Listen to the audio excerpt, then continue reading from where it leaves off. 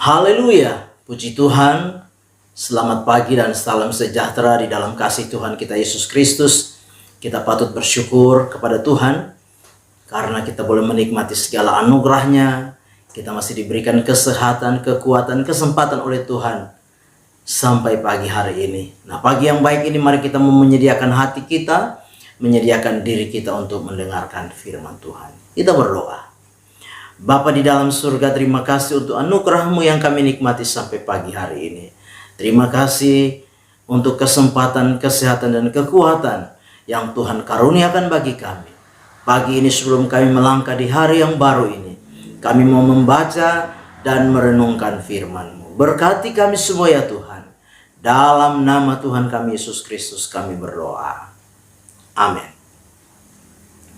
Puji Tuhan, pagi hari ini saya akan membaca kebenaran firman Tuhan bagi kita sekalian di dalam Mazmur pasal 67 ayat 1 dan 2. Mazmur 67 ayat 1 dan 2, demikian firman Tuhan.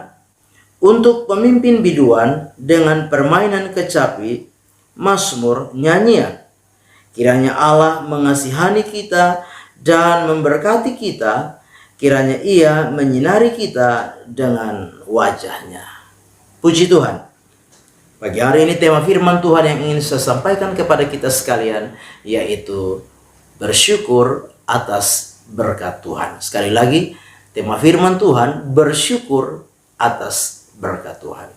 Nah, Bapak Ibu, jemaat yang kekasih di dalam Tuhan kita Yesus Kristus, kalau kita berbicara tentang berkat itu, banyak hal.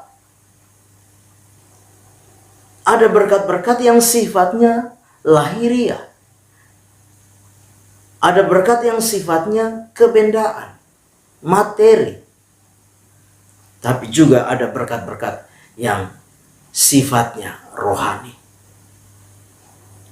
Berkat-berkat yang berkaitan dengan hal-hal batiniah di dalam setiap kehidupan kita.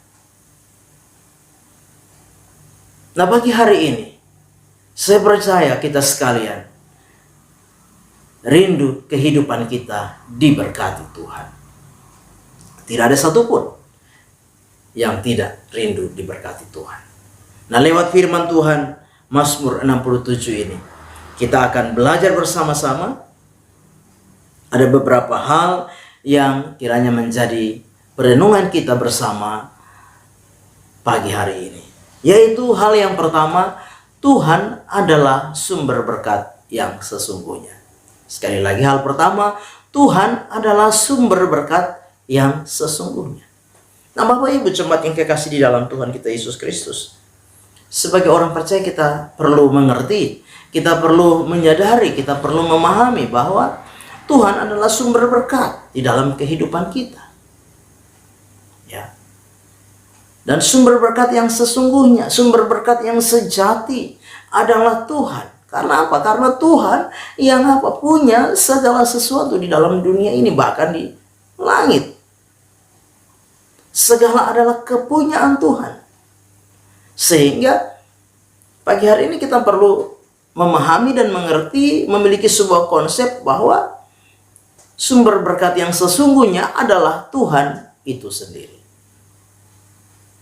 Bukan karena upaya kita. Bukan karena kehebatan kita. Bukan karena kepandaian kita. Bukan karena apa? Segala sesuatu yang kita miliki yang membuat kita mampu menghasilkan berkat di dalam hidup kita. Bukan. Bapak Ibu jemaat yang kekasih di dalam Tuhan Yesus Kristus, kalau konsep kita menjadi konsep yang benar bahwa Tuhan adalah sumber berkat di dalam hidup kita, maka kita tidak akan menjadi orang-orang yang sombong, orang-orang yang angkuh, bahkan orang-orang yang melupakan Tuhan di dalam hidup ini. Nah, kalau kita memperhatikan di dalam kitab Ulangan pasal yang ke-8. Ulangan pasal yang ke-8 ayat 17 dan 18 di sana dikatakan, "Maka janganlah kau katakan dalam hatimu, kekuasaan dan kekuatan tangankulah yang membuat aku memperoleh kekayaan ini. Tetapi haruslah engkau ingat kepada Tuhan Allahmu, sebab Dialah yang memberikan kepadamu kekuatan untuk memperoleh kekayaan, dengan maksud meneguhkan perjanjian yang diikrarkannya dengan sumpah kepada nenek moyangmu seperti sekarang ini. Firman Tuhan dengan jelas berkata, maka janganlah kau katakan dalam hatimu, kekuatanku, kekuasaanku, ya, kekuatan tanganku lah yang membuat aku memperoleh semuanya. Tidak. Firman Tuhan berkata, hati-hatilah supaya jangan engkau melupakan Tuhan, di dalam ayat yang ke-11 Ulangan 8 ini. Karena apa? Karena Tuhanlah yang memberikan engkau kekuatan. Tuhanlah yang memberikan engkau kemampuan sehingga engkau memperoleh semuanya ini. Dengan maksud untuk apa? Meneguhkan perjanjian Tuhan kepada umatnya. Bapak Ibu jemaat yang kekasih, ingat, iblis juga bisa memberi berkat. Sekali lagi, ingat, iblis juga bisa memberi berkat. Kalau kita membaca di dalam Injil Matius pasal yang keempat, Injil Matius 4 ayat yang ke-8 di sana, dan iblis membawanya pula ke atas gunung yang sangat tinggi dan memperlihatkan kepadanya semua kerajaan dunia dengan kemegahannya, dan berkata kepadanya, semua itu akan kuberikan kepadamu jika engkau sujud menyembah aku. Maka berkatalah Yesus kepadanya, enyahlah iblis, sebab ada terus engkau harus menyembah Tuhan Allahmu, dan hanya kepada Dia sajalah engkau berbakti. Jadi iblis juga bisa memberi berkat. Ketika Yesus dicobai, ya, di padang gurun, setelah ia berpuasa 40 hari 40 malam, iblis membawa dia di dalam pencobaan, ya, atas gunung yang sangat tinggi, dan iblis memperlihatkan seluruh kerajaan dunia dan kemegahannya, kemewahan dunia ini. Iblis perlihatkan kepada Yesus, dan iblis berkata, ya, jika engkau sujud menyembah aku akan memberikan semuanya itu kepadamu. Jadi ingat bahwa iblis juga bisa memberkati kita. Iblis juga bisa memberi berkat kepada kita. Jadi jangan sampai kita salah di dalam konsep berkat. Kalau kita tidak melupakan, kalau kita melupakan Tuhan, tidak lagi setia dengan Tuhan, sungguh-sungguh dengan Tuhan, jangan sampai berkat itu sumbernya dari apa? Dari iblis. Hari ini kita mau belajar lewat firman Tuhan. Hal yang pertama, bahwa hanya Tuhan sajalah sumber berkat yang sesungguhnya. Hanya Tuhan sajalah sumber berkat yang sesungguhnya.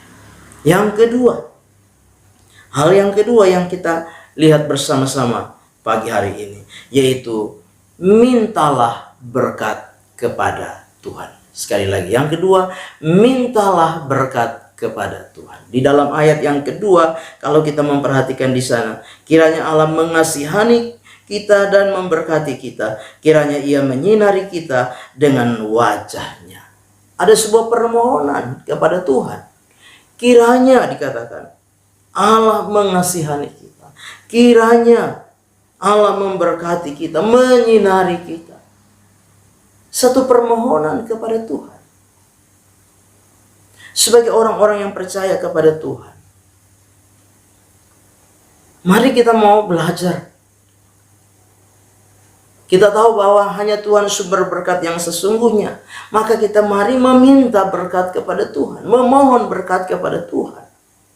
Ya, firman Tuhan di dalam Injil Matius pasal yang ke-7 ayat yang ke-7 berkata, mintalah maka akan diberikan kepadamu, carilah maka kamu akan mendapat, ketoklah maka pintu akan dibukakan bagimu. Ini adalah sebuah hak yang Tuhan beri kepada kita untuk kita apa? Meminta kepada Tuhan. Meminta kepada Allah kita, mencari, mengetuk. Dia adalah sumber berkat di dalam hidup kita. Maka ketika kita meminta kepadanya, Dia akan memberikan kepada kita. Percayalah, Dia adalah Bapa kita, Allah kita, Tuhan kita. Kita adalah anak-anaknya. Dan kalau kita minta kepada Dia, Dia pasti akan memberikan kepada kita. Sebagai orang-orang yang percaya kepada Kristus Yesus Tuhan kita, di dalam kita menjalani hidup ini, apa yang menjadi kerinduan hati kita? Mari minta kepada Tuhan. Berkat apa yang sedang menjadi kerinduan dan pergumulan di dalam hidup kita? Kita rindu kita diberkati dalam hal apa? Mari minta kepada Tuhan. Ya. Setiap saat, setiap waktu ketika kita datang kepada Tuhan, maka Tuhan akan memberikan apa yang menjadi keperluan dan kebutuhan di dalam setiap kehidupan kita. Di dalam Matius pasal yang ke-6 ayat yang ke-32. Semua itu dicari bangsa-bangsa yang tidak mengenal Allah. Akan tetapi Bapamu yang di surga tahu bahwa kamu memerlukan semuanya itu. Bapamu yang di surga tahu kamu memerlukan semuanya itu. Dia tahu. Makanya mari kita minta kepada Tuhan. Tuhan yang adalah sumber berkat itu, kita minta berkat kepadanya. Yang ketiga, hal yang ketiga yang perlu menjadi perenungan bagi kita bersama-sama pagi hari ini, bahwa Tuhan pasti memberkati kita. Sekali lagi, hal yang ketiga, Tuhan pasti memberkati kita.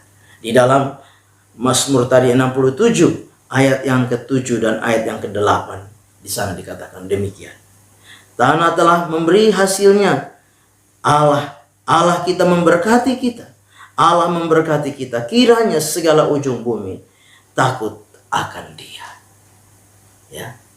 Dikatakan tanah telah memberi hasilnya. Allah kita memberkati kita. Jadi kita percaya bahwa Tuhan pasti memberkati kita. Ya. Kita yakin Tuhan pasti memberkati kita. Tuhan adalah Allah yang berjanji. Dan Dia pasti menggenapi setiap janji firman-Nya di dalam hidup kita. Kita tidak perlu cemas, kita tidak perlu khawatir, takut, bimbang. Tapi kita harus meyakini di dalam hidup kita, yakin bahwa Tuhan pasti memberkati kita. Sekali lagi, konsep berkatnya luas. Itu sebabnya sebagai orang-orang percaya, milikilah keyakinan di dalam diri kita. Ya. Percaya dengan sungguh di dalam diri kita, hati kita, bahwa Tuhan pasti memberkati setiap anak-anaknya. Tuhan pasti memberkati setiap umatnya. Tuhan pasti memberkati orang-orang yang percaya kepadanya. Allah memberkati kita. Dia memberkati saudara, memberkati saya. Sekalian kita diberkati oleh Tuhan. Biarlah firman Tuhan pagi hari ini boleh memberkati setiap kita. Kita boleh mengerti, memahami betapa Tuhan adalah sumber berkat yang sesungguhnya. Yang kedua, mari kita meminta kepada Tuhan setiap berkat Tuhan. Dan yang ketiga, yakinlah bahwa Tuhan pasti memberkati kita. Amin. Kita berdoa. Bapa di dalam surga, terima kasih untuk firman Tuhan yang sudah kami dengar pagi hari ini. Biarlah firman itu menjadi rema, menjadi berkat, menjadi kekuatan di dalam setiap kehidupan kami. Firman-Mu yang sudah kami dengar senantiasa boleh membawa kami mengerti bahwa Engkau Tuhan adalah Allah, Engkau yang Bapa yang baik, yang akan terus memberkati setiap kehidupan kami. Berkati hidup pribadi kami, keluarga, rumah tangga, usaha, pekerjaan kami. Teristimewa berkati iman kami, kasih dan pengharapan kami, kerohanian kami diberkati oleh Tuhan. Kami serahkan hidup kami sepanjang hari ini dalam tangan Tuhan. Karuniakan kesehatan, kekuatan, sukacita, damai sejahtera di dalam setiap kehidupan kami. Kami melangkah bersama dengan Tuhan di hari baru ini mengucap syukur. Dalam nama Tuhan kami Yesus Kristus kami berdoa. Amin. Selamat pagi. Tuhan Yesus memberkati.